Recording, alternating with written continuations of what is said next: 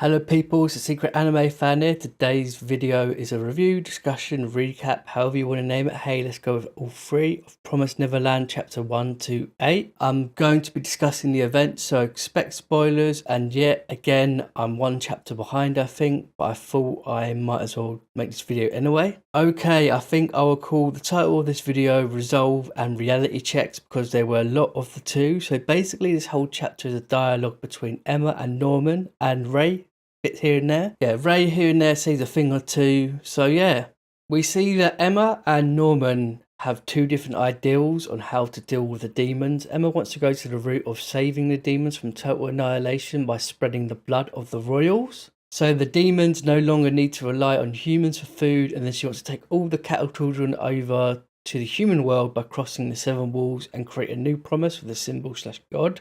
By the way, we still don't know what this symbol and god is of the demons. I really want to find out. I know I keep saying that in past chapter reviews, but yeah, can't wait to find out what that is. So it seems Emma has the more unrealistic plan compared to Norman's plan of just complete genocide. And that's pretty much what Norman's thoughts were, where his plan is, in his mind, a lot better. And he even calls Emma's dream just a pipe dream. And here comes the first reality check. Norman basically deconstructs on how ideal or how improbable Emma's plan is, and then bang, Emma hits right back with a reality check on Norman's plan. Well, kind of anyway, we come to learn, or should I say Norman comes to learn, that Emma and the crew have already found how to reach the seven walls, and Emma's plan doesn't seem so improbable as it once did. Now, it's going to be hard to go down Emma's route, for sure. She even says that they don't know if the method to reach the seven walls will work. She even says it's a big unknown. Now I'm trying to remember if we have been told the method to reach it. My memory's a little fuzzy on this. I remember bits of it, but that there seems to be a bottle full of liquid involved, and of course the vision or dream that Emma once had, and that will also come into play. I really need to reread that part as it is quite important in the story so far, but yeah, so she had that vision, didn't she? And then she kind of found out, spoke with like a little demon or something. I really need to reread it. Anyway, let's move on. Now let's move on to Resolve. Despite each having explained each other's plans to each other, both Emma and Norman want to stick to their resolve and plan. Norman basically says, you do you, Emma, and I will do me, but if you find a way to sew all this stuff with the seven walls before my plan reaches its end, then you can have it your way. I'm glad Norman didn't just roll over and be like, oh, okay, let's have it your way. It makes things a lot more interesting. Now, Emma nearly reached my limit of tolerance of what I like to call the I want it my way syndrome. Well, not really my limit, but my point is sometimes characters like Emma can get on my nerves, but I've said it before and I'll say it again. The manga does a good job of limiting this aspect. And I like the dynamic between Ray, Norman, and Emma. The other two are there to talk reason into Emma, and even she noted down her I want it to go my way is just most of the time unlogical, but despite that she still wants things to go her way, and I actually like that about her. As I said, she doesn't do it too much. She does it, I don't know, just find the balance between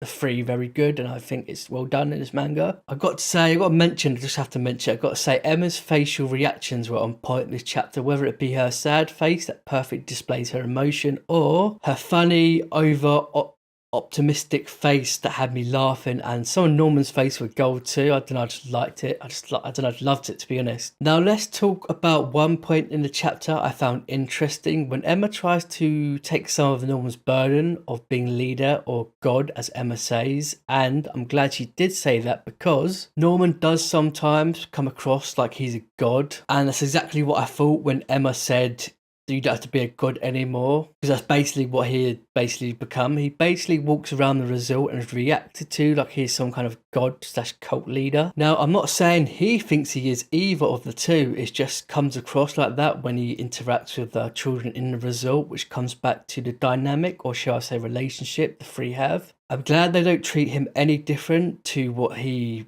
normally would to the Norman they know. They don't react anything different. It's just like the good old Norman from the old days. Sure, they go along with the whole calling him Minerva thing in public, but in private he's just the same old Norman, as I just said.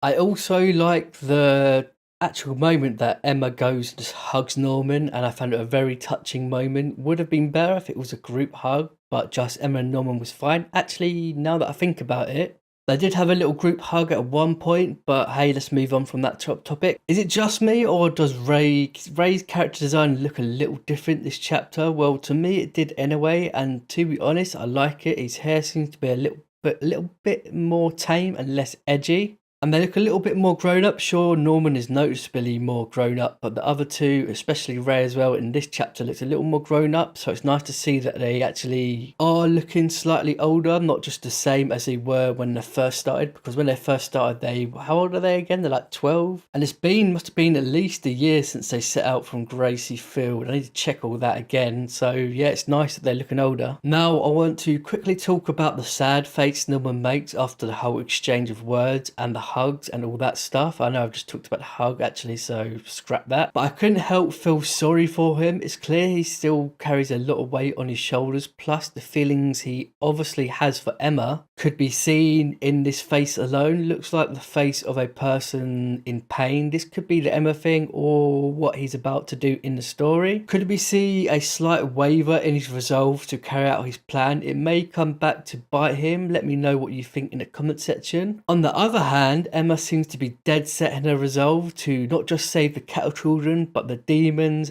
and Norman's burden, and it seemed to come across the better of the two in the exchange of words. It's going to be interesting how the two develop and how their plans unfold. The plot has definitely thickened. Anyway, that's it for this video. If there's anything I've missed, let me know in the comment section, or if you want to just talk about the chapter, let me know in the comment section as well. I do anime character stories and overviews on my channel if you're interested in that. I'm planning to do theories as well, and at the moment I'm doing One Piece reviews, but I plan to do My Hero Academia and any other ongoing manga, to be honest. Please like and subscribe, and see ya!